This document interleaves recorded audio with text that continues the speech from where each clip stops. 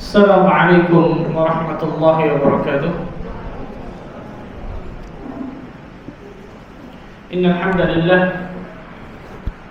نحمده ونستعينه ونستغفره ونتوب إليه ونعوذ بالله من شرور أنفسنا ومن سيئات أعمالنا. من يهده الله فلا مضل له ومن يضلل فلا هادي له. أشهد أن لا إله إلا الله وحده لا شريك له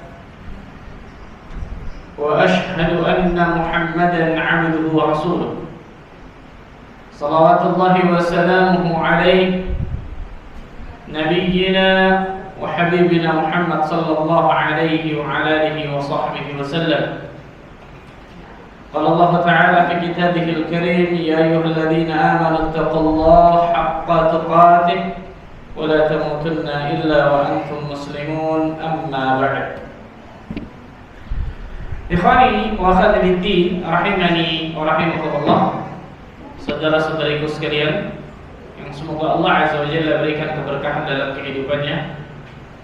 Alhamdulillah, kita bersyukur kepada Allah Tabaraka wa Ta'ala atas segala limpahan karunia dan nikmat yang Allah berikan kepada kita semua, sehingga pada kesempatan yang berbahagia ini Allah Tabaraka wa Ta'ala masih terus melimpahkan berbagai macam nikmat dan karunia-Nya kepada kita semua, sehingga kita dapat duduk hadir di tempat terbaik di atas muka bumi ini, yaitu fi baitin min buyutillah, di salah satu rumah dari rumah-rumah Allah Azza wa Jalla ini.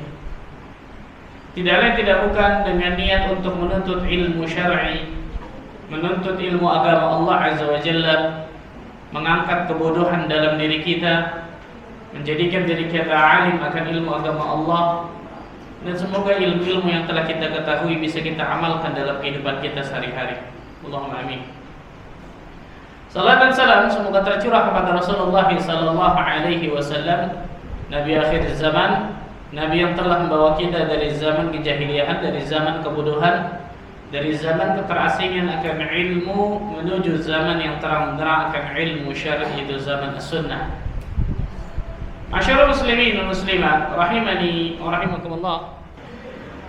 Pada kesempatan yang berbahagia ini, insyaallah taala kita akan membahas tema yang sangat luar biasa pentingnya bagi setiap muslim dan muslimah, yaitu tema tentang bagaimana seorang hamba Allah beradab kepada Allah Azza wa Jalla.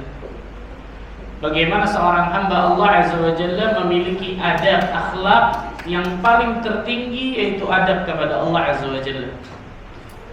Kita mengetahui bersama Rasul sallallahu alaihi wasallam diutus ke atas muka bumi ini untuk menyempurnakan akhlak, untuk membaguskan adab. Rasul sallallahu alaihi wasallam bersabda dalam hadis yang sahih yang diriwayatkan oleh Imam Ahmad dan juga lainnya, "Innama bu'ithtu li utammima salihal akhlaq." Fi riwayah makarimal akhlaq. Sesungguhnya aku, kata Rasulullah sallallahu alaihi wasallam, diutus ke atas muka bumi ini hanya untuk menyempurnakan akhlak, hanya untuk menyempurnakan adab. Lihat bagaimana pentingnya akhlak dan adab. Rasulullah sallallahu alaihi wasallam memulai hadis ini dengan memakai kata-kata innama. Di dalam bahasa Arab, ketika ada kata-kata innama, itu uslubul hasar awil ikhtisas, gaya bahasa Arab untuk mengkhususkan atau untuk menyempitkan sesuatu. Karena itu biasa artinya memakai kata-kata hanya. Innama, sesungguhnya, hanya.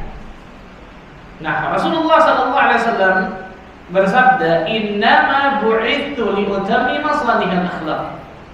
Sesungguhnya aku diutus ke atas muka bumi ini hanya untuk menyempurnakan akhlak. Pertanyaannya sekarang, apakah Rasul sallallahu alaihi wasallam hanya mengajarkan akhlak kepada kita? Hanya mengajarkan adab kepada kita? Tidak mengajarkan akidah? Tidak mengajarkan ibadah? Tidak mengajarkan muamalah? jelas mengajarkan semua. Nah, akhlak atau adab di dalam hadis ini cakupannya luas. Perhatikan, ini penting nih, kawan. Adab dan akhlak di dalam hadis ini cakupannya luas. Bukan hanya seperti yang kita ketahui, akhlak hanya kepada sesama makhluk. Betul, itu termasuk akhlak. Tapi bukan hanya itu. Al-Imam Ibn Qayyim Al-Jauziyah rahimahullah ta'ala mengatakan akhlak atau adab secara umum terbagi 3. Akhlak ataupun adab itu secara umum terbagi menjadi 3. Yang pertama,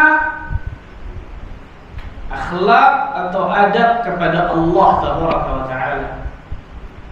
Dan ini yang paling tertinggi. Ini akhlak adab yang paling tertinggi. Akhlak kepada Allah Tabaraka wa Ta'ala. Nanti kita akan bahas nih yang pertama ini nih. Ini pembahasan kita yang pertama nih. Apa saja akhlak dan adab kita kepada Allah? Apa saja akhlak dan adab seorang hamba kepada Rabbul Alamin? Dan ini adab yang paling tertinggi. Kalau seseorang akhlaknya baik kepada sesama makhluk tapi tidak baik kepada Allah, tidak dikatakan orang itu berakhlak yang mulia. Perhatikan baik-baik. Jadi akhlak dalam hadis itu cakupannya apa? Luas, umum. Contoh yang pertama ini, akhlak kepada Allah. Yang kedua, akhlak kepada Rasulullah sallallahu alaihi wasallam. Akhlak kepada Rasulullah sallallahu alaihi wasallam.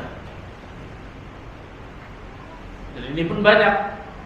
Ada konsekuensinya masing-masing. Akhlak kepada Rasulullah sallallahu alaihi wasallam yang sangat banyak, luar biasa, masyaallah. Ini yang kedua. Yang ketiga, nah ini baru yang kita ketahui bersama biasanya nih. Akhlak kepada sesama makhluk. Akhlak kepada sesama makhluk Allah. Akhlak kepada sesama makhluk Allah ada banyak. Akhlak kepada orang tua, akhlak kepada tetangga, akhlak kepada karib kerabat, akhlak kepada tamu, akhlak kepada sesama manusia, akhlak kepada lingkungan, akhlak kepada guru, akhlak kepada masyarakat, akhlak kepada orang-orang kafir, akhlak kepada jamadat, benda-benda mati. Itu ada akhlaknya dalam Islam, bayangkan, subhanallah. Diatur lengkap dalam Islam. Nah, baru kita paham nih, ketika Rasul sallallahu alaihi wasallam mengatakan, sesungguhnya aku diutus ke atas muka bumi ini hanya untuk menyempurnakan akhlak. Berarti akhlak dalam hadis ini cakupannya tadi apa? Luas. Kepada Allah, kepada Rasulullah, dan kepada sesama makhluk. Nah, pada kesempatan yang berbahagia ini insyaallah ta'ala kita akan membahas apa saja akhlak atau adab seorang hamba kepada Allah Tabaraka wa Ta'ala. Dan ini merupakan adab yang paling tertinggi. Kalau orang berakhlak kepada Rasulullah, orang berakhlak kepada sama makhluk tapi tidak berakhlak kepada Allah, tidak dikatakan orang tersebut orang yang memiliki akhlak yang baik. Bagaimana pentingnya luar biasa tentang masalah akhlak ini. Allahu Akbar. Yang pertama, ikhwan, akhlak kepada Allah yang pertama. Akhlak kepada Allah Azza wa Jalla yang pertama. Apa itu? Mentauhidkan Allah, mentauhidkan Allah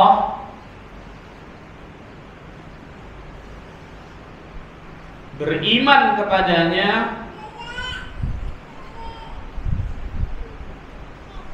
mentauhidkan Allah, beriman kepadanya,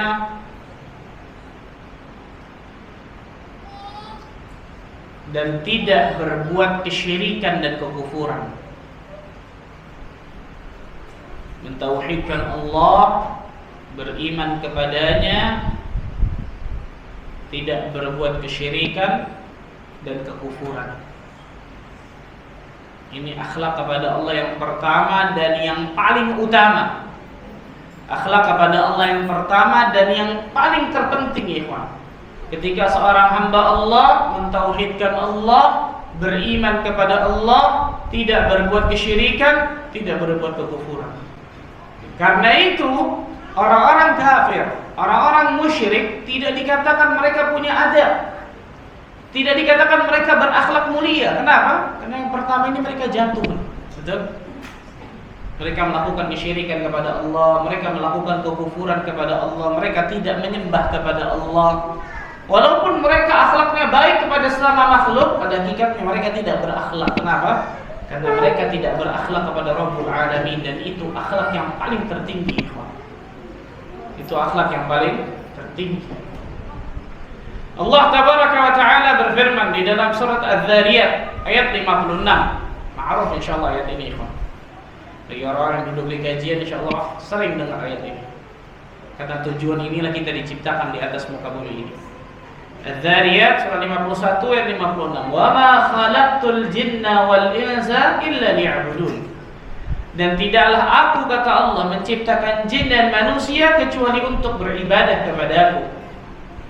Beribadah kepadaku ditafsirkan oleh para ulama ay liyuwahhidun, untuk mentauhidkan Allah Tabaraka wa Ta'ala.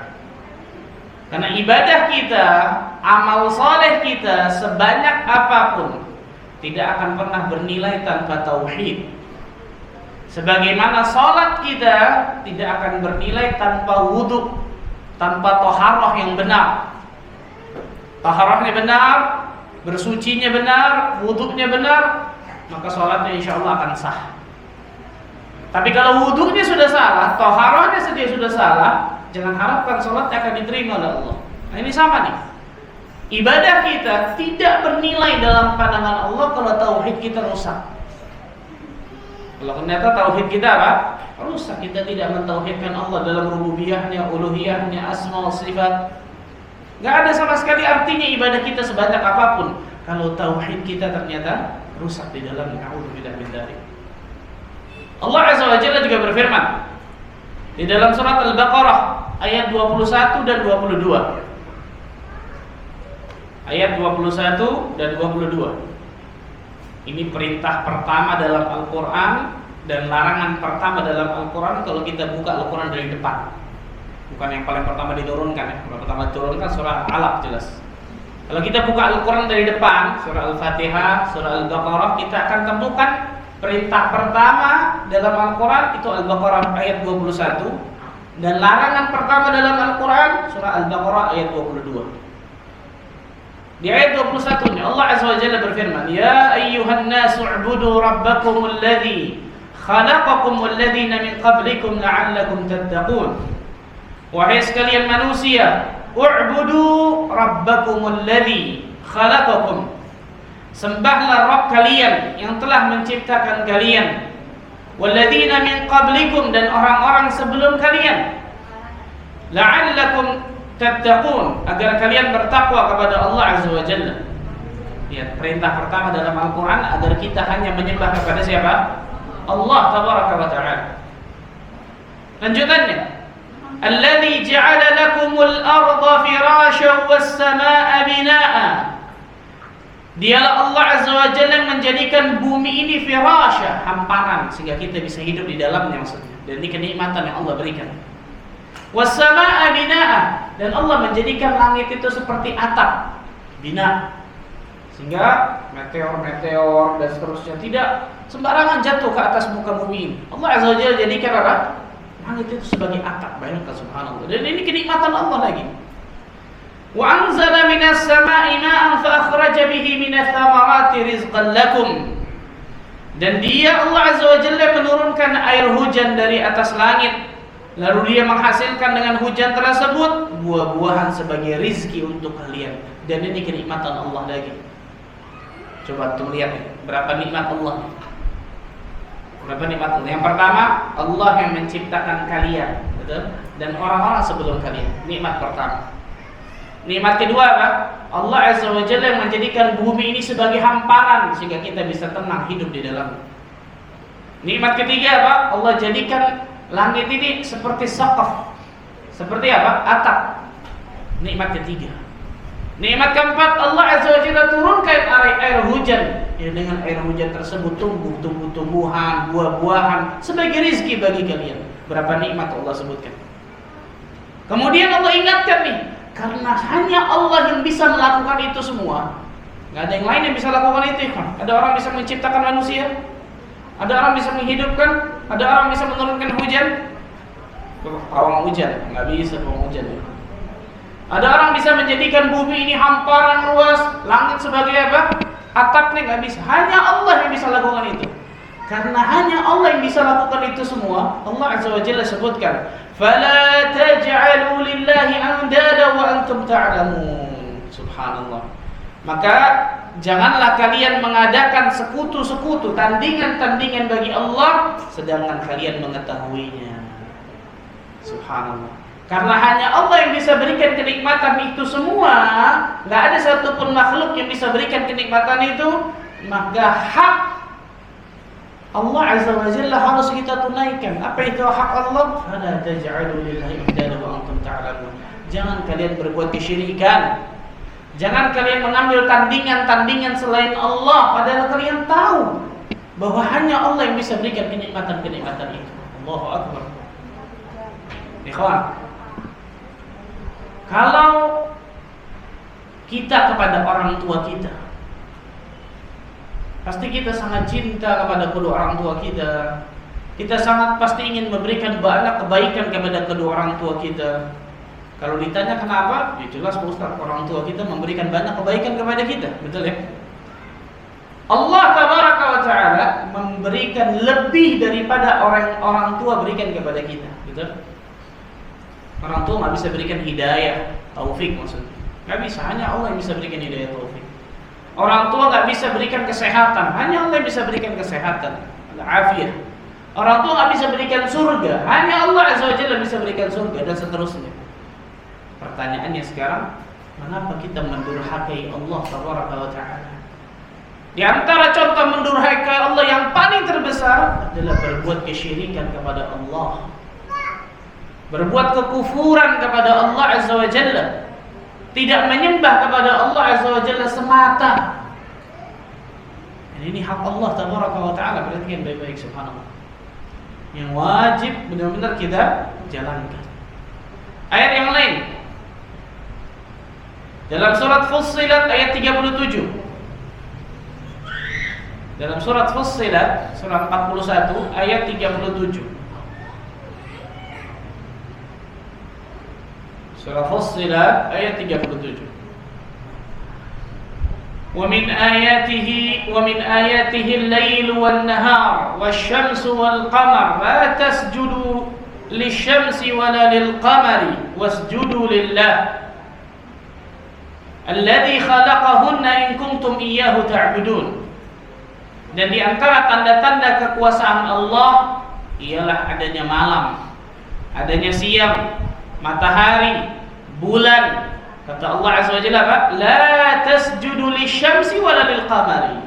Jangan kalian sujud, jangan kalian menyembah kepada matahari ataupun bulan. Kenapa? Karena itu ciptaan Allah, bukan sang khalik tapi makhluk.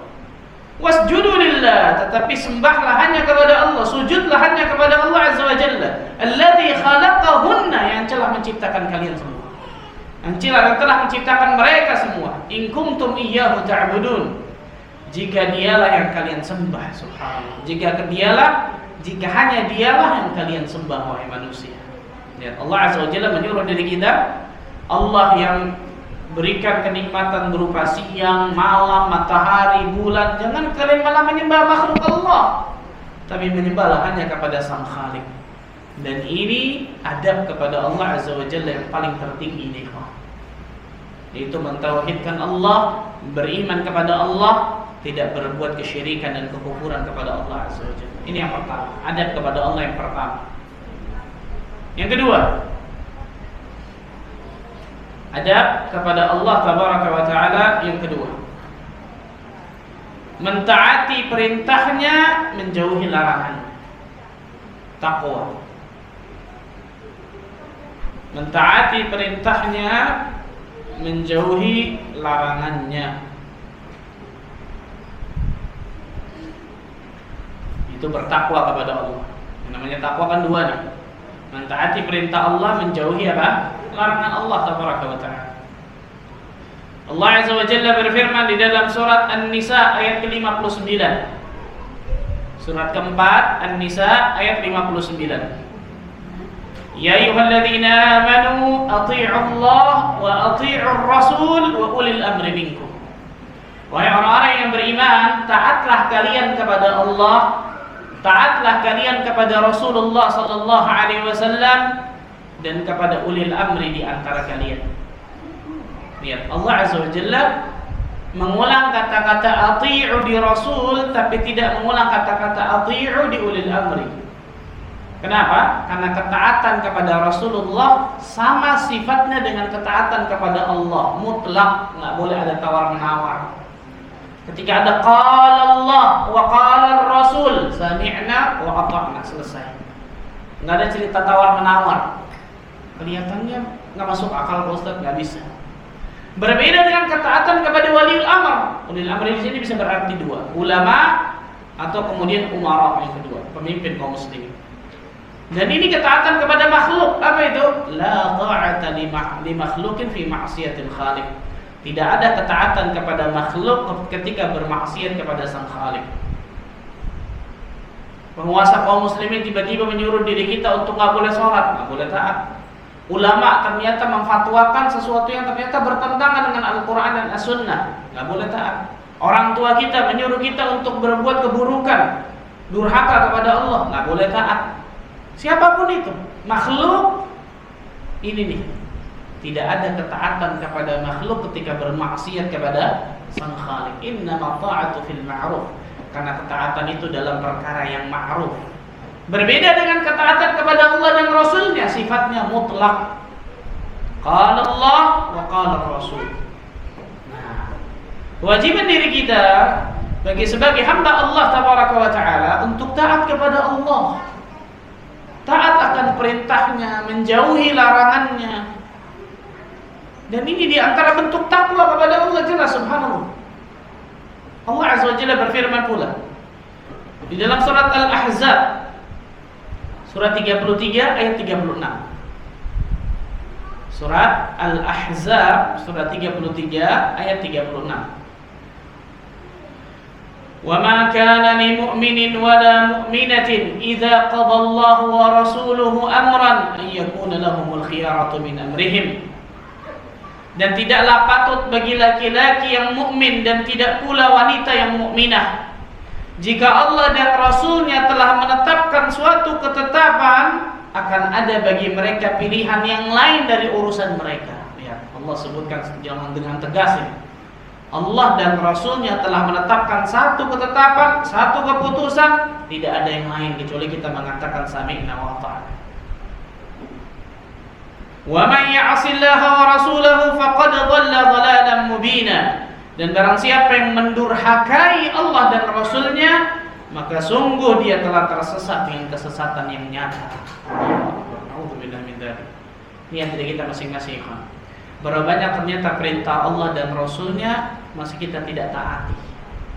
Berapa banyak larangan Allah dan Rasulnya malah ternyata kita orang yang paling pertama menerjangnya. Kita orang yang paling pertama melanggar larangan Allah dan Rasulnya. Allahu Akbar. Padahal ini di antara adab kepada Allah tabaraka wa ta'ala yang harus kita jalankan. Menaati perintah Allah, menjauhi larangan Allah tabaraka wa ta'ala. Dan inilah yang namanya takwa kepada Allah azza wa jalla. Ini namanya takwa kepada Allah. Ini yang kedua. Yang ketiga, adab kepada Allah tabaraka wa ta'ala yang ketiga.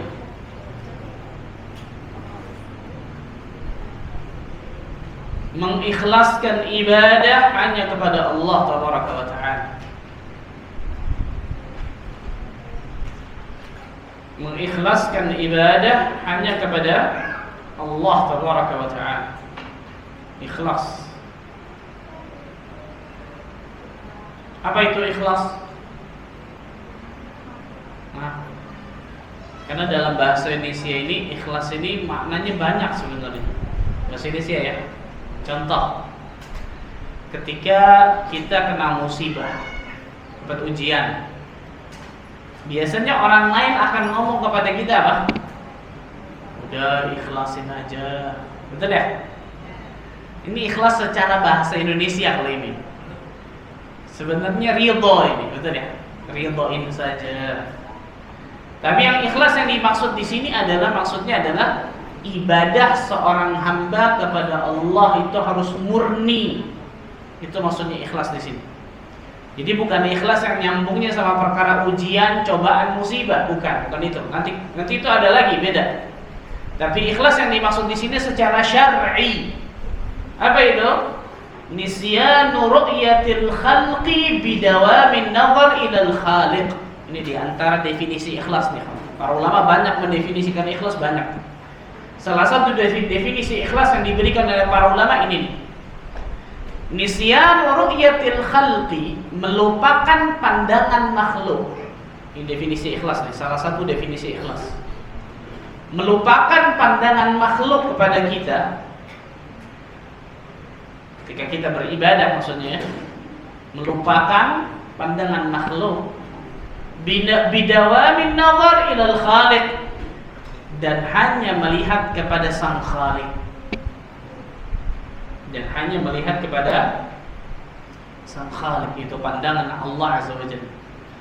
Dengan kata lain, cari mukanya hanya di hadapan siapa? Allah tabaraka wa ta'ala, bukan di hadapan makhluk. Jadi kalau kita beribadah tujuannya agar ibadah kita dipuji orang, ini yang namanya tidak ikhlas.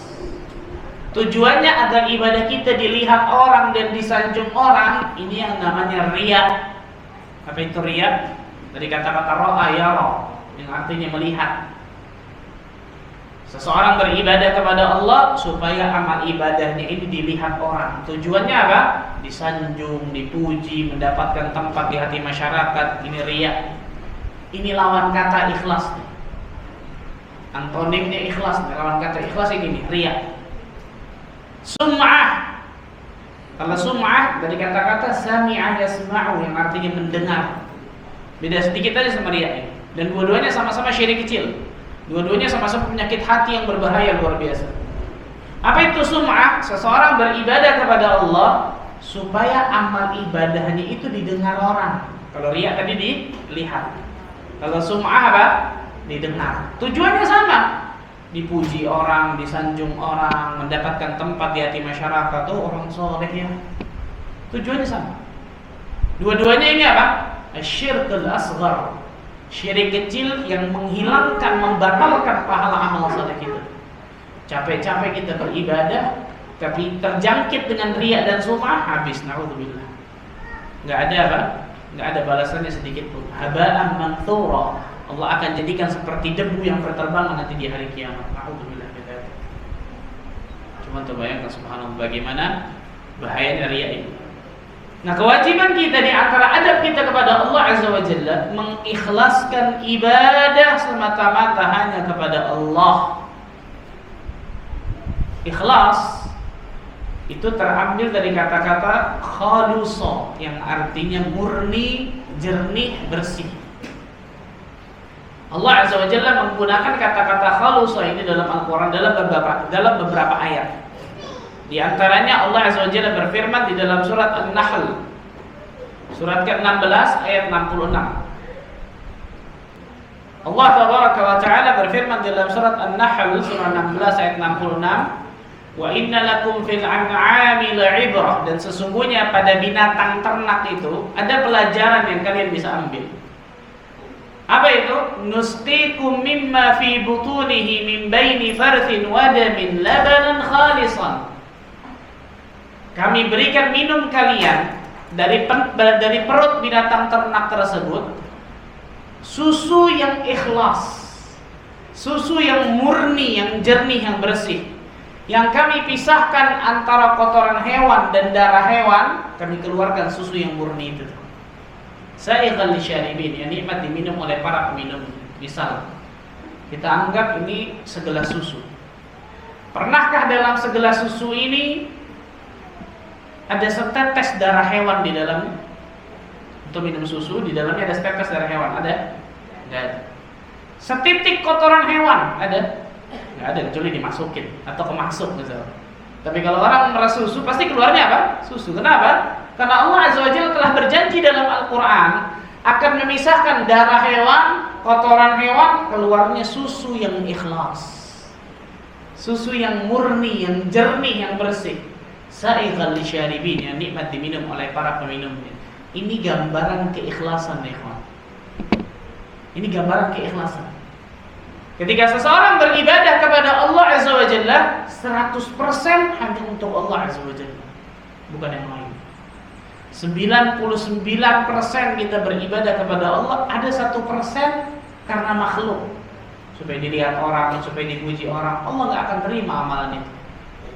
99,99% karena Allah, ada 0,01% karena makhluk. Allah gak akan terima amal ibadah itu. Ini beratnya keikhlasan di sini nih, betul ya? Sampai-sampai para ulama mengatakan apa? Kalau aku tahu satu sujudku ikhlas Allah terima, pada saat itu aku berharap kematian itu. Saking beratnya keikhlasan itu.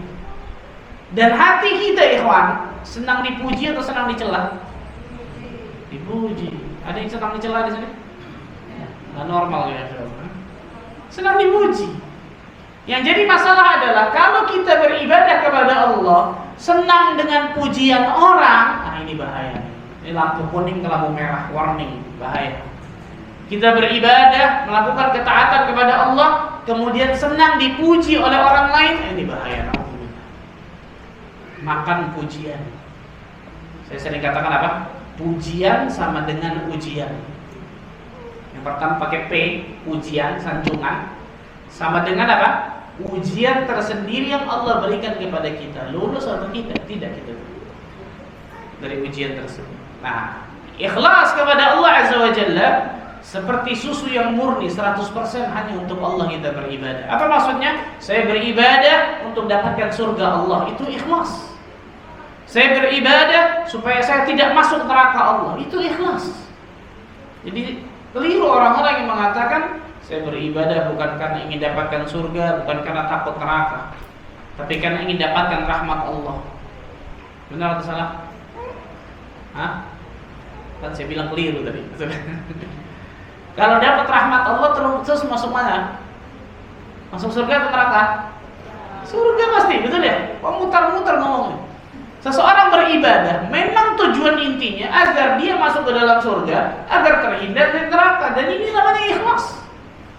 Dan ini namanya apa? Ikhlas. Rasulullah SAW berdoa kepada Allah, Allahumma inni as'alukal jannah wa a'udzubika minan nar. Ya Allah, aku memohon kepadamu surga ya Allah, dan aku berlindung kepadamu dari api neraka Allah, dari api neraka-Mu. Rasulullah SAW juga bersabda, Man shama Ramadhana imanan wa ihtisaban, ghufira lahu ma taqaddama min dhanbi. Barang siapa yang berpuasa Ramadan dengan iman dan ihtisab. Apa itu arti ihtisab? Mengharapkan pahala. Pahala paling tinggi, paling besar apa? Surga Allah Azza wa Jalla, jelas, betul ya? Maka Allah Azza wa Jalla akan ampuni dosa-dosa. Jadi kita beribadah supaya saya masuk surga, supaya saya terhindar dari neraka, itu namanya ikhlas. Itu namanya apa? Ikhlas. Perhatikan baik-baik. Nah, ini diantara kewajiban diri kita kepada Allah Azza wa Jalla, mengikhlaskan ibadah hanya kepada Allah. Dan kalau kita bahas masalah ikhlas ini panjang lebar, luar biasa. Yang selanjutnya, yang keberapa? Yang keempat. Di antara kewajiban kita, adab kita kepada Allah Tabaraka wa Ta'ala, meminta pertolongan hanya kepada Allah. Meminta pertolongan hanya kepada Allah Tabaraka wa Ta'ala.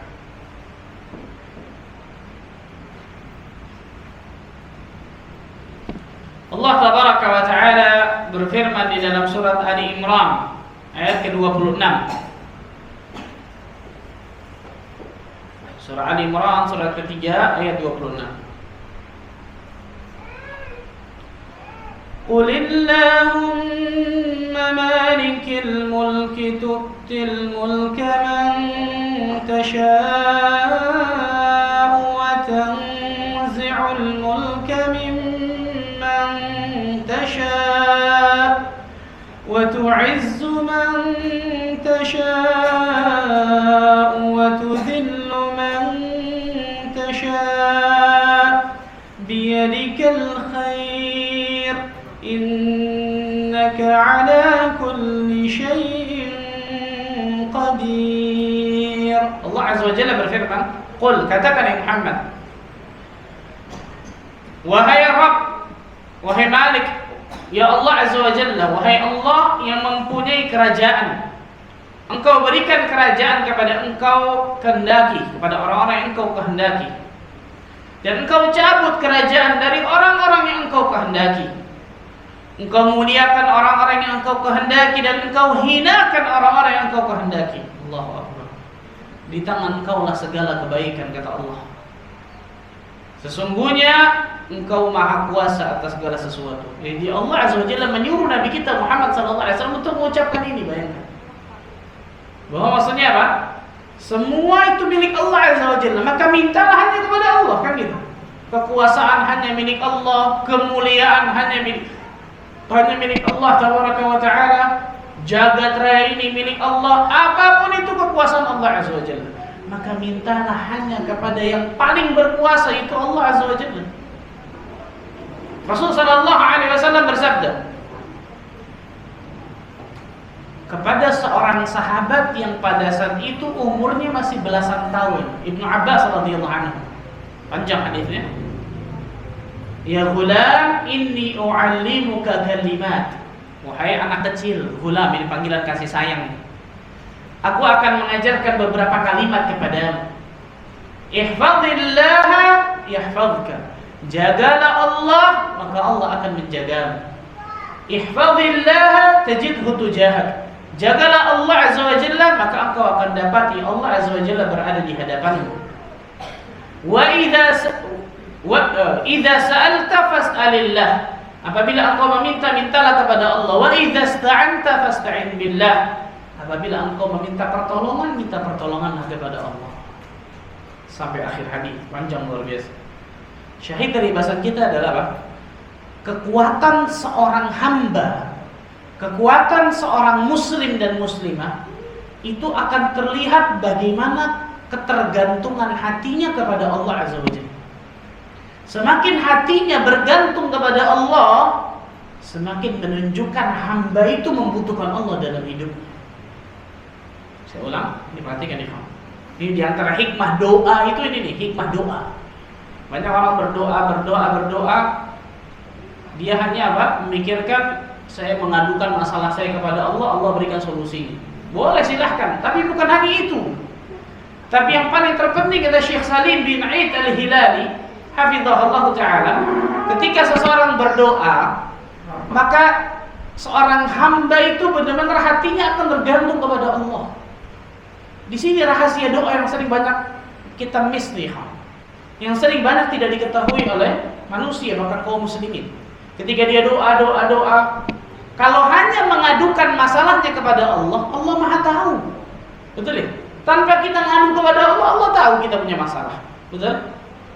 Tapi bukan intinya, bukan itu kata para ulama ini. Bagaimana tingkat ketergantungan hati seorang hamba kepada Rabbul Alamin. Sehingga para ulama salaf terdahulu, contohnya para sahabat, ketika mereka berjalan sendal mereka putus, apa yang mereka lakukan pertama kali? Mereka angkat tangan ke atas langit, ya Allah, sendalku putus, tolong gantikan. Sendal. Perkara kecil atau besar? Kecil. Baliknya langsung kepada siapa? Allah Azza wa Jalla. Apalagi perkara besar. Manusia zaman sekarang, bahkan kaum muslimin zaman sekarang, perkara besar baliknya ke manusia. Betul? Ketika Allah berikan ujian, cobaan, musibah kepada kita, oh fulan bisa bantu saya nih, mana Allahnya? Mana Allahnya? Kok fulan yang pertama kali terbetik dalam hati kita? Yang lebih parah lagi apa? Datang ke orang pintar, bukan orang pintar, orang nggak pintar. Datang ke dukun, datang ke para tidak normal, bukan paranormal, para tidak normal. Minta, na'udzubillah min dzalik. Ini salah besar nih. Ini tauhid di sini nih, kawan. Pentingnya tauhid di sini nih. Menghilangkan ketergantungan hati kita kepada makhluk, itu tauhid ya. menghilangkan ketergantungan hati kita kepada makhluk. Orang Quraisy terdahulu, kafir Quraisy terdahulu, ketergantungannya kepada berhala, itu luar biasa. Ada sesuatu apapun minta ke berhalanya, betul? Lata, Uzza, Manat dan seterusnya. Rasulullah SAW datang mendakwahkan, hanya satu Tuhan yang kalian harus sembah. Kaget mereka.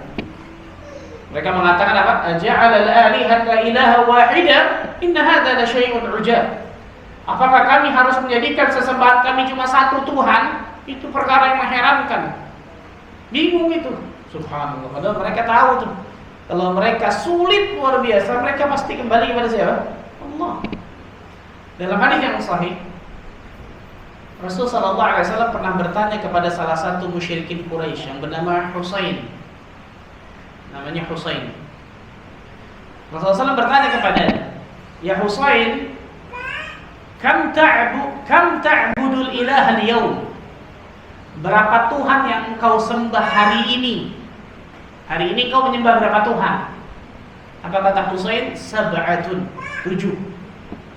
Ada 7. Kemudian Husain menjelaskan, Sittatun fil ardi wa wahidun fis sama. Dari 7 Tuhan itu aku menyembah 6 yang ada di bumi, 1 yang ada di langit. 6 yang ada di bumi maksudnya apa? Berhala. 1 yang di langit maksudnya apa? Allah Azza wa Jalla. Rasul nanya lagi, kalau engkau dalam kesulitan mendesak luar biasa, Allah berikan ujian luar biasa kepadamu, kepada siapa engkau meminta ya Husain? Kepada 1 yang ada di langit. Ya, fitrahnya apa? Muncul, betul? Fitrahnya muncul. Kalau engkau dalam kesulitan, terdesak luar biasa, kepada siapa engkau meminta? Kepada 1 yang ada di langit. Subhanallah, lihat, bayangkan. Mereka akan tinggalkan itu sesembahan selain Allah, dan itu namanya kesyirikan, kan gitu.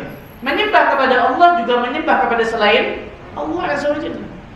Meminta pertolongan dengan menghinakan diri, mengagungkan yang dia minta tersebut kepada Allah, tapi juga kepada selain Allah. Ini namanya kesyirikan, kan gitu. Bukan berarti kita nggak boleh minta tolong kepada makhluk. Boleh dalam perkara-perkara yang makhluk mampu untuk bisa memberikan pertolongan, kan gitu. Tolong ambilin dong, misal. Itu kan boleh kita. Kenapa? Karena makhluk ini mampu. Tapi mengabulkan doa, makhluk mampu? Nah, ada yang mampu.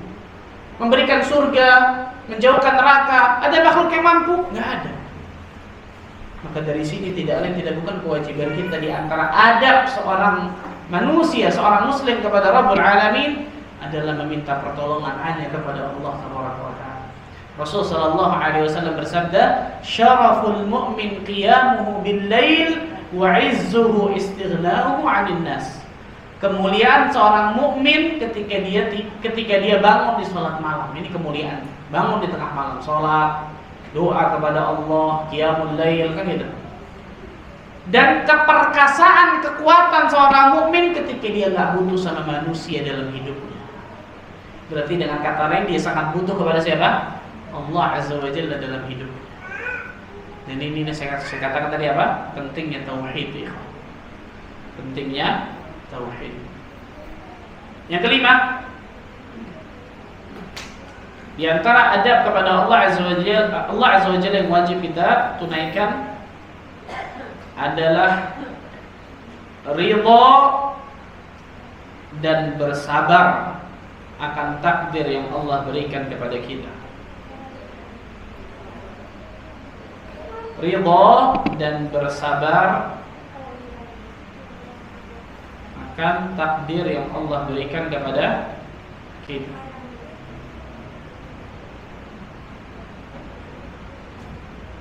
Ridha dan bersabar akan takdir yang Allah berikan kepada kita. Maka seorang muslim wajib ridha dan bersabar akan takdir, mungkin takdir yang dia tidak sukai kemudian Allah timpakan kepadanya. Dia wajib ridha. Dia wajib husnudzan. Dia wajib berbaik sangka kepada Allah. Enggak boleh sama sekali dalam hidupnya buruk sangka kepada Allah. Hatinya harus ridha, hatinya harus sabar akan apapun yang Allah Azza wa Jalla berikan kepadanya. Rasul sallallahu alaihi wasallam bersabda, "Ajaban li amril mu'min." Sungguh menakjubkan perkaranya orang yang beriman. "Inna amrahu kullahu khair." Seluruh perkara itu baik, kata Nabi sallallahu alaihi wasallam. Seperti apa perkaranya? In asabathu sarra syakar fakana khairul lah. Apabila Allah Azza wa Jalla berikan kenikmatan kepadanya, dia bersyukur kepada Allah dan itu baik bagi dirinya. Wa in asabathu dharra sabar fakana khairan lah. Apabila Allah berikan ujian, cobaan, musibah kepadanya, dia bersabar dan itu baik untuk dirinya. Wa laisa dzaka illa lil mu'min. Dan perkara yang seperti ini tidak pernah kita temukan kecuali adanya pada orang-orang mukmin beriman. Lihat subhanallah. Dikasih nikmat apa? Bersyukur. Dikasih apa? Ujian, cobaan, musibah apa? Bersabar. Karena seorang muslim tidak mungkin lepas dari 3 hal. Dikasih nikmat, dikasih ujian, sama berbuat dosa. Pasti, betul ya? Kita pasti dikasih nikmat, kita pasti dikasih ujian, dan kita pasti berbuat dosa dan kesalahan. Manusia. Nah, tinggal sekarang bagaimana sikap kita menghadapi 3 hal ini. Ini akan menentukan kita dapat kebahagiaan atau dapat kesengsaraan. Contoh, 1. Dikasih nikmat, harusnya apa? Bersyukur. Nanti kita akan bahas masalah itu setelahnya. Bersyukur harusnya, betul ya? Bersyukur dengan nikmat Allah walaupun dalam pandangan kita kok sedikit ya. Lisan kita wajib mengatakan alhamdulillah. Hati kita wajib apa? Bersyukur kepada Allah. Amal perbuatan kita wajib beribadah kepada Allah dan itu di antara bentuk rasa syukur kita kepada Allah. Syukur. Ketika dikasih ujian, cobaan, musibah, wajib apa? Sabar. Bukan ngedumel. Kenapa ya Allah kasih ini sama saya? Kenapa Allah enggak adil? Na'udzubillah min dzalik. Suudzon kepada Allah, benci akan ujian yang Allah berikan. Ya Allah. Gagal nih berarti orang ini. Berbuat dosa dan kesalahan. Apa yang harus dilakukan? Istighfar, taubat kepada Allah. Bukan apa? Tanggung deh Pak Ustaz. Tahu tanggung? Ya udah tanggung deh Pak Ustaz deh. Bukan berhenti langsung balik kepada Allah, malah dia lanjutkan dosa selanjutnya, dan dosa selanjutnya. Gak akan pernah orang ini dapatkan kebahagiaan hakiki. Ya, manusia pasti mengalami 3 hal ini. Diberikan nikmat, diberikan ujian, berbuat dosa dan kesalahan. Tapi bagaimana sikap manusia menghadapi 3 hal ini? Ini penting. Apakah manusia tersebut bersyukur ketika Allah berikan nikmat? Apakah manusia tersebut bersabar dan ridha akan takdir Allah ketika Allah berikan ujian, cobaan, musibah? Dan apakah makhluk tersebut beristighfar dan bertaubat kepada Allah ketika dia berbuat dosa dan kesalahan? Ini akan menjadikan orang itu bahagia kalau dia benar menyikapi 3 hal ini. Di antaranya ini nih, kewajiban kita untuk selalu apa? Ridha, sabar akan takdir yang Allah Azza wa Jalla berikan kepada kita. Allah Azza wa Jalla berfirman. Nah, antum sering-sering baca ayat ini nih. Kalau Allah sedang kasih ujian, cobaan, musibah, sering-sering baca ayat ini. Dalam surah Al-Baqarah ayat 216. Surah kedua Al-Baqarah ayat 216.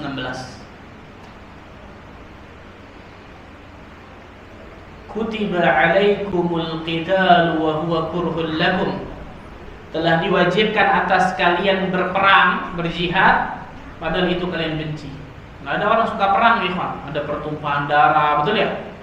Fitrah manusia nggak suka. Dan ayat ini kata para ulama bukan hanya untuk perang, tidak. Karena kaidah usul fikih mengatakan al-ibratu bi umumil lafzi la bi khususis sababi. Pelajaran itu bisa diambil dari keumuman lafaznya, bukan kekhususan sebabnya. Sebabnya ayat ini tentang perang, jihad. Tapi lafaznya semua yang bersifat umum. Apa? Semua yang manusia benci, gak suka. Contohnya ujian, tak? Betul ya? Contoh ujian, musibah. Lanjutan ayat ini apa? Wa asa an takrahu syai'a wa huwa khairul lakum. Bisa jadi sesuatu yang kalian benci, kalian tidak sukai, ternyata itu baik bagi kalian. Wa asa an tuhibbu syai'a wa huwa syarrul lakum. Dan bisa jadi sesuatu yang kalian cintai, kalian dambakan, kalian inginkan, itu buruk bagi kalian. Dan Allah menutup ayat ini dengan mengatakan wallahu ya'lamu antum la ta'lamun. Allah Azza wa Jalla Maha mengetahui sedangkan kalian tidak tahu, wahai manusia. Allahu Akbar. Perhatikan baik-baik. Ketika kita menginginkan sesuatu, ternyata Allah enggak berikan sesuatu ini, Allah berikan yang lain, yakinlah hikmah Allah sedang berjalan di situ. Ridholah akan takdir Allah tersebut. Kenapa? hikmah Allah sedang berjalan. Allah lebih tahu apa yang dibutuhkan oleh hambanya. Karena terkadang kita minta kepada Allah yang kita mau, bukan yang kita butuhkan. Betul? Saya mau ini, saya mau ini, saya mau ini. Belum tentu yang kita mau itu terbaik untuk kita. Tapi ketika Allah memilihkan yang terbaik untuk kita, maka yakinlah itu yang paling terbaik untuk kita. Makanya kita disyariatkan segala sesuatu istikharah kepada Allah. Tapi sayangnya kita istikharahnya cuma berapa? Sekali seumur hidup. Kapan itu? Hah? Jujur, kapan? Kalau dapat jodoh, betul. Habis itu nggak pernah istikharah lagi di seumur hidup. Apa kata para sahabat? Kana Rasul sallallahu alaihi wasallam yu'allimuna al-istikharah kama yu'allimuna suratan min al-Qur'an. Rasul sallallahu alaihi wasallam terbiasa mengajarkan kami istikharah, salatnya dan doanya seperti mengajarkan kami surat dari Al-Qur'an. Berarti apa? Sering subhanallah. Mau mengambil ini atau tidak istikharah, mau melepaskan ini atau tidak istikharah, mau jalan atau tidak istikharah, kan gitu.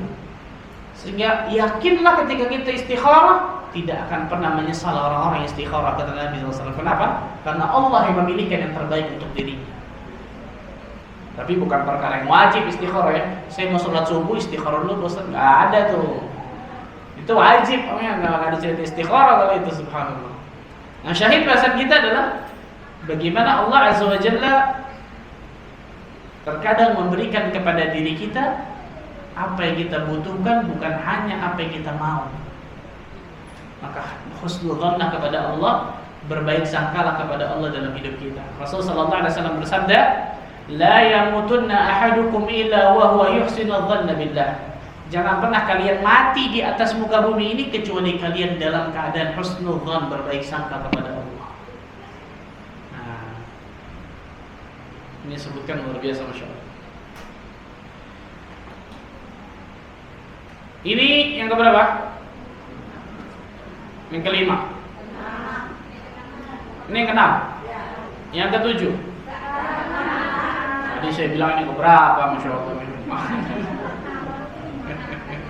Yang keenam. Ya maaf ya. Yang keenam. Nah, kalau tadi ridha dan sabar akan takdir yang Allah berikan, kalau sekarang bersyukur akan nikmat yang Allah berikan kepada kita. Bersyukur akan kenikmatan yang Allah berikan kepada kita.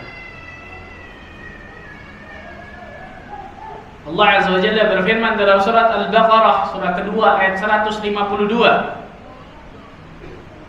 Surat kedua ayat 152.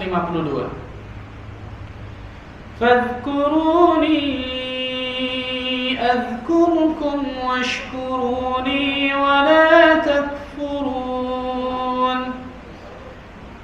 Allah Azza wa Jalla berfirman, maka ingatlah kepadaku, kata Allah, aku akan ingat kepada kalian. Sebutlah namaku, aku akan menyebut nama kalian. Washkuruli, dan bersyukurlah kepadaku. Wa la takfurun, dan janganlah kalian ingkar terhadap nikmatku, kata Allah. Lihat perintah Allah Azza wa Jalla untuk apa? Bersyukur kepada Allah, jangan pernah kufur nikmat. Karena kalau kita mau hitung-hitungan nih, saya mau tanya sama antum, mana lebih banyak nikmat yang Allah kasih kepada kita atau ujian yang Allah kasih kepada kita? Hah? Yakin? Tapi kok susah banget kita bersyukur kepada Allah. Betul? Kalau kita mau mikir-mikir nih, nikmat yang Allah kasih kepada kita dengan ujian, cobaan, musibah yang Allah kasih kepada kita, pasti jawabannya nikmat pasti lebih banyak, betul ya? Tapi pertanyaannya, kenapa kok sulit banget kita bersyukur kepada Allah? Perhatikan baik-baik nih, ini ada yang sesuatu yang salah berarti ini, subhanallah. Pertanyaan kedua, mana lebih banyak nikmat yang Allah berikan kepada kita atau amal ibadah yang kita persembahkan ke Allah? Mana lebih banyak? Nikmat lagi pasti jawabannya, betul ya? Pertanyaan lagi, kenapa kita sulit bersyukur kepada Allah? Karena biasanya diri kita menganggap suatu kenikmatan itu dari materi doang. Itu salah satu contoh. Salah satu sebab orang sulit bersyukur menganggap satu kenikmatan yang Allah kasih kepadanya cuma sekedar materi belaka. Bil fulus kullu syai'in tembus. Oh, ma fi fulus kullu syai'in manfush. Ini bukan kaidah orang beriman nih. Ada fulus, ada uang, semuanya tembus, semuanya gampang. Gak ada fulus, semuanya manfus. Ini bukan kaidah orang beriman, salah besar ini. Nikmat yang Allah berikan kepada kita, Allahu Akbar, sangat luar biasa banyaknya. Kalau pandangan kita akan nikmat yang Allah berikan kepada kita hanya sekedar materi belaka, nggak ada bedanya sama orang-orang kafir, betul ya? Nggak ada bedanya sama sekali. Walakinna aktsaran nasi la ya'lamun. Akan tetapi kebanyakan mereka tidak mengetahui. Ya'lamuna zahiran minal hayatid dunya. Mereka hanya mengetahui zahir kehidupan dunia, wa hum 'anil akhirati hum ghafilun. Dan kepada kehidupan akhirat mereka sangat lalai. Ini orang-orang kafir. Mereka tahu wah dunia gemerlap, oh ini nikmat besar. Tapi akhirat enggak ada sama sekali mereka lihat itu kenikmatan. Kawan, musibah terbesar yang Allah berikan kepada seorang hamba adalah musibah dalam masalah agama, bukan dunia. Saya ulang, musibah terbesar yang Allah berikan kepada seorang hamba adalah musibah dalam masalah agama, bukan masalah dunia. Rasulullah SAW berdoa kepada Allah dari doa yang panjang. Ini potongan doanya. Allahumma la taj'al musibatana fi dinina, kata Nabi SAW. Ya Allah, jangan jadikan musibah kami dalam agama kami, ya Allah. Jangan jadikan musibah kami dalam agama kami, ya Allah. Kenapa? Karena musibah dalam masalah agama itu musibah terbesar, ya. Tapi ternyata jarang kita menyadarinya. Ketika iman kita sedang turun atau na'udzubillah min dzalik, iman kita hilang, melakukan kemaksiatan dan dosa, itu musibah besar, ya, bagi dirinya. Berapa banyak manusia yang menyadari masalah ini? Yang dia sadari apa? Ketika tiba-tiba rezekinya seret. Kalau rezeki seret, wah ini musibah, subhanallah. Tapi dia nggak sadar, jangan-jangan rezekinya seret ini karena dosa yang dia lakukan, kan gitu. Sehingga Allah Azza wa Jalla halangi dia mendapatkan rezeki yang halal bagi dirinya. Perhatikan baik-baik ini. Jadi jangan menganggap nikmat yang Allah berikan kepadanya hanya sekedar materi belaka. Salah besar. Allah Azza wa Jalla berfirman di dalam surat An-Nahl, surat ke-16 ayat 53. Surat An-Nahl, surat ke-16 ayat ke-53.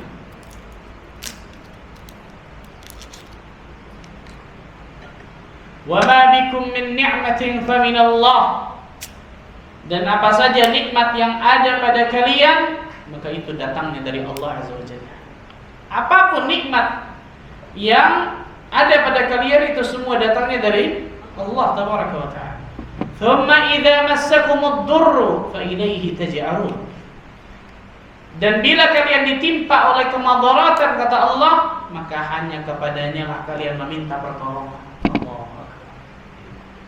Ayat yang lain dalam surat An-Nahl juga ayat 18. Surat 16 ayat 18.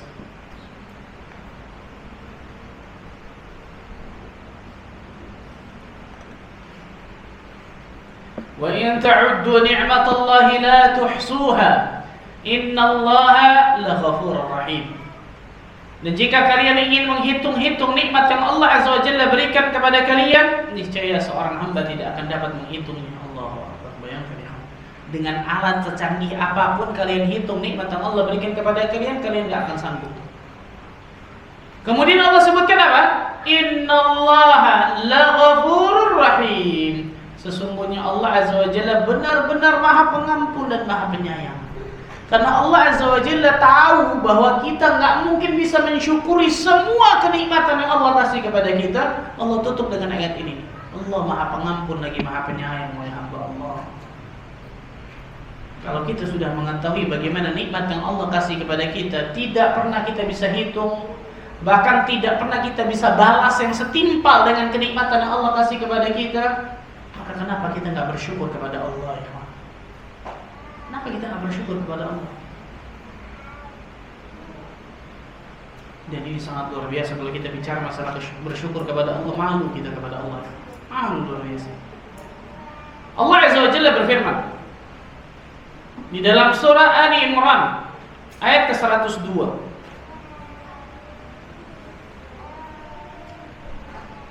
Ya ayyuhalladzina amanu taqullaha haqqa tuqatih wa la tamutunna illa wa antum muslimun. Wahai orang-orang yang beriman, bertakwalah kalian kepada Allah haqqa tuqatih, dengan sebenar-benar takwa. Abdullah bin Mas'ud radhiyallahu taala anhu arda menafsirkan haqqa tuqatih ini ada 3. Jadi yang dimaksud dengan sebenar-benar takwa itu ada 3. Apa saja itu? Yang pertama kata Abdullah bin Mas'ud radhiyallahu taala anhu arda, an yuti'a wa la yu'sa. Hendaklah Allah ditaati, jangan didurhakai, jangan dimaksiati. Yang pertama, makna dari haqqa tuqatih yang pertama, hendaklah Allah ditaati, jangan didurhakai.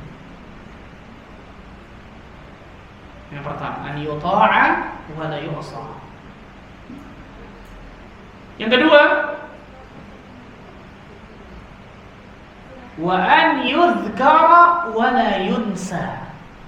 Hendaklah Allah diingat, jangan dilupakan. Hendaklah Allah Azza wa Jalla diingat, jangan dilupakan. Gitu. Hendaklah kita selalu mengingat Allah, berzikir kepada Allah dalam setiap keadaan, mengingat Allah. Jangan pernah melupakan Allah dalam setiap keadaan kita. Yang ketiga, di syahid bahasa kita, wa an yushkara wa la yukfar. Hendaklah Allah disyukuri, jangan dikufuri nikmatnya.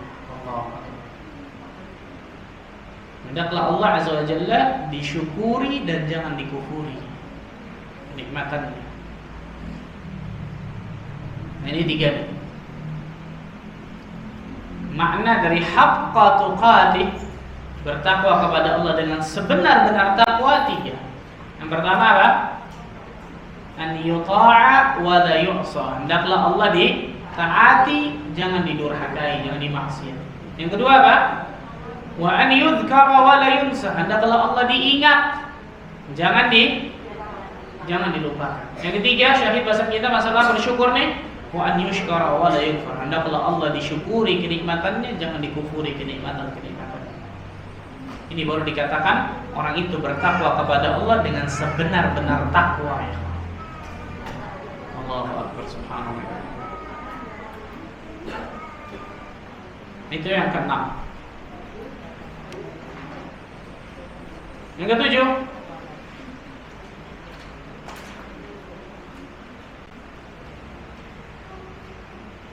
di antara adab kepada Allah Tabaraka wa Ta'ala adalah mencintai Allah Tabaraka wa Ta'ala.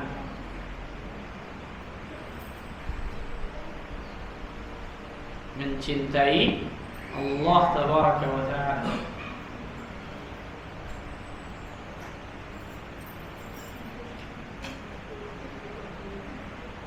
Allah Azza wa Jalla berfirman di dalam surah Al-Baqarah ayat ke-165. Al-Baqarah ayat 165. Wa minan nasi man yattakhidhu min dunillahi andadan yuhibbunahum ka hubbillah walladzina amanu ashaddu hubban lillah. Dan di antara manusia ada orang-orang yang menyembah Tuhan selain Allah sebagai tandingan, dan mereka cintai seperti mencintai Allah. Jadi mereka mencintai tandingan-tandingan selain Allah ini sama seperti mencintai Allah. A'udzubillah. Dan Allah tegaskan, walladzina amanu asyaddu hubban lillah. Adapun orang-orang yang beriman, cinta mereka sangat apa? Sangat besar kepada Allah Azza wa Jalla. Lihat, subhanallah. Allah sebutkan adapun orang-orang yang beriman, bukan cuma Islam tapi iman, karena derajat iman lebih tinggi daripada Islam. Mukmin lebih tinggi daripada muslim. Karena bisa jadi seorang muslim tidak menjalankan adab-adab kepada Allah Azza wa Jalla, tapi seorang mukmin sudah tahu adab-adab kepada Allah dan menjalankannya. Walladzina amanu asyaddu hubban lillah. Adapun orang-orang yang beriman, maka cinta mereka sangat besar kepada Allah Azza wa Jalla. Nah, hati-hati nih kawan. Salah menempatkan cinta bisa bahaya. Salah menempatkan cinta bisa berbahaya. Di antara asyirku fil mahabbah, syirik dalam rasa masalah kecintaan itu bisa terjadi ketika orang salah dalam masalah itu. Mencintai orang kafir, bahkan mengidolakannya, ngefans kepada mereka, luar biasa. Tapi ketika ditanya ada berapa anak Rasulullah, bingung. Dan kalau ditanya kita cinta kepada Rasulullah, pasti jawabannya cinta, betul? Coba lihat baik-baik subhanallah. Berapa banyak orang-orang yang cintanya ini bisa dikatakan gombal. Gombal, bohong ya subhanallah. Apa kata para ulama? Innal muhibba liman yuhibbu muti'u.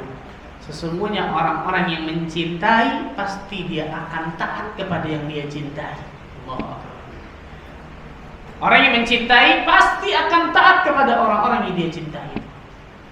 Orang yang taat kepada Allah dan Rasulnya, benar-benar cinta kepada Allah dan Rasulnya, pasti taat kepada Allah dan Rasulnya, luar biasa. Apapun yang Allah dan Rasulnya sampaikan, berikan kepada kita, jelas. Kenapa? Karena kita cinta kepada Allah dan Rasul dengan cinta yang benar. Nah, ini penting nih, subhanallah. Ini diantara apa? Bentuk adab kita kepada Allah Tabaraka wa Ta'ala, mencintai Allah Tabaraka wa Ta'ala dengan sepenuh hati kita. Syekhul Islam Ibn Taimiyah rahimahullah ta'ala berkata apa? Masakin ahli dunia kharaju minha wa lam yadhuqu atyabu ma fiha. Kesian miskin penduduk dunia ini. Mereka keluar dari dunia ini tapi belum pernah merasakan kenikmatan tertinggi di dunia ini. Maka murid-muridnya bertanya, "Ya Syekh, ma atyabu fid dunya?" Apa sesuatu yang paling nikmat di atas muka bumi ini? Apa kata Syekhul Islam? Ma'rifatullah, mengenal Allah. Wa mahabbatuhu, syahid bahasa kita ini, mencintainya. Ketika kita sudah mengenal Allah, pasti kita akan apa? Mencintai Allah Azza wa Jalla. Wal unsu biqurbihi, nikmat ketika berdekatan dengan Allah. Ketika kita beribadah kepada Allah, ketika kita zikir, baca Quran, salat dan seterusnya, nikmat berdekatan dengan Allah. Wasyauqa ila liqa'ihi, dan rindu untuk bertemu dengannya. Allahu akbar, subhanallah. Rindu untuk bertemu dengan Allah Tabaraka wa Ta'ala. Syahid bahasa kita apa? Yang kedua nih. Di antara kenikmatan yang tertinggi di dunia ini, kita mengenal Allah. Di antaranya dengan nama-namanya yang maha indah, sifat-sifatnya yang maha mulia, perbuatannya yang maha bijaksana. Dengan itu kita pasti akan mencintai Allah. Ibnu Qayyim al-Jauziyah mengatakan apa? Man 'arafa Allah bi asma'ihi wa sifatihi wa af'alihi ahabbahu la mahalata.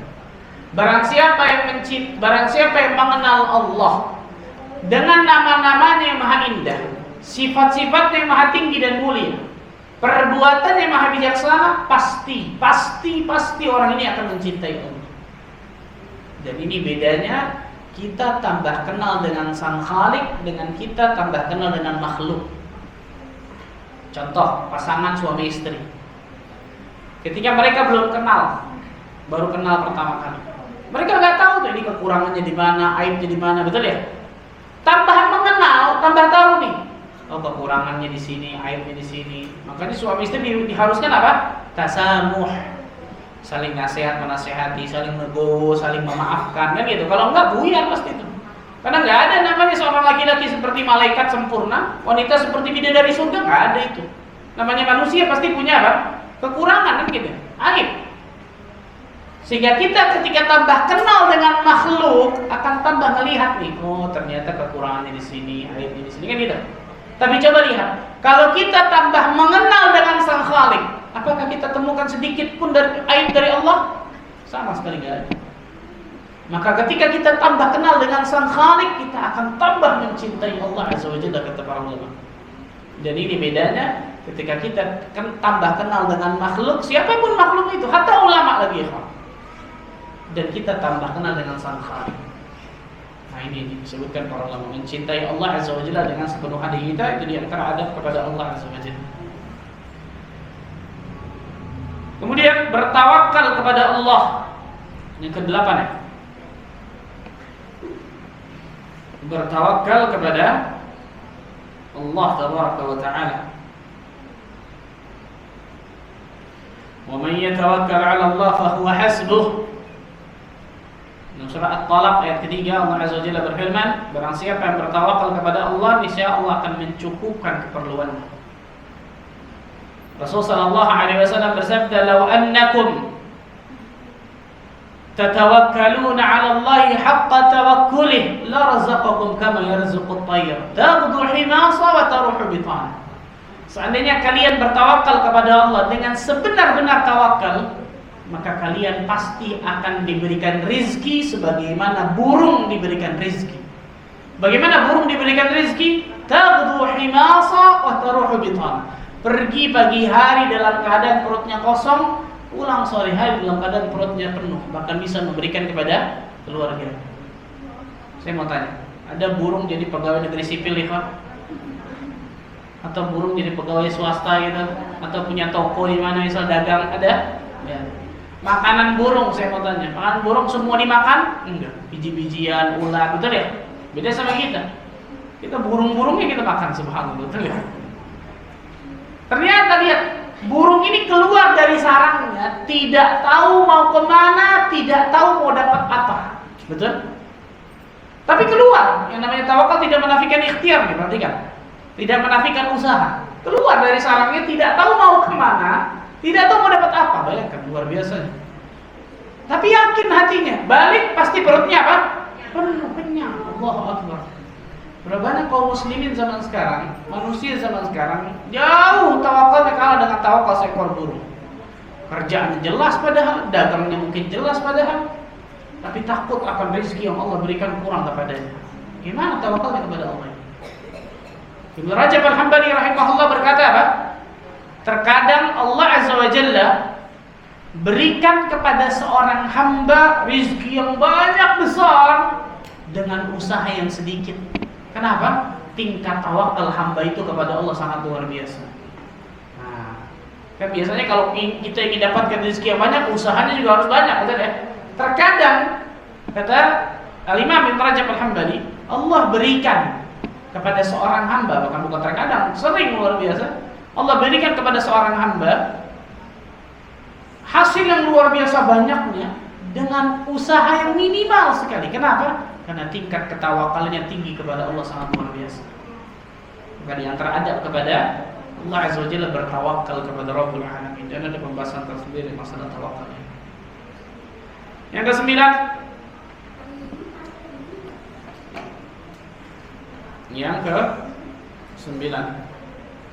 takut terhadap siksa Allah Tabaraka wa Ta'ala. Takut terhadap siksa Allah Tabaraka wa Ta'ala.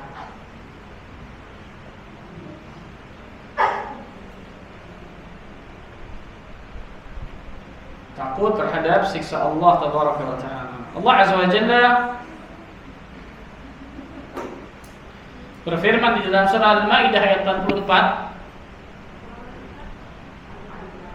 Al-Maidah ayat 44. Surah Al-Maidah surah kelima ayat 44. Fala takhshawun nasa wakhshawni wa la tashtaru bi ayati thamanan qalila. Karena itu kata Allah, janganlah kalian takut kepada manusia, tetapi takutlah kepadaku, kata Allah. Dan janganlah kalian menukar ayat-ayatku dengan harga yang sedikit. Maka kewajiban kita takut kepada Allah Azza wa Jalla, itu diantaranya takut terhadap siksa Allah Azza wa Jalla. Dan ada pembahasan tersendiri khusus tentang masalah rasa takut ini. Dan yang terakhir yang ke-10, beristighfar dan bertaubat kepada Allah Azza wa Jalla. Beristighfar dan bertaubat kepada Allah Tabaraka wa Ta'ala. Rasul sallallahu alaihi wasallam bersabda, "Kullu bani Adam khatta'un."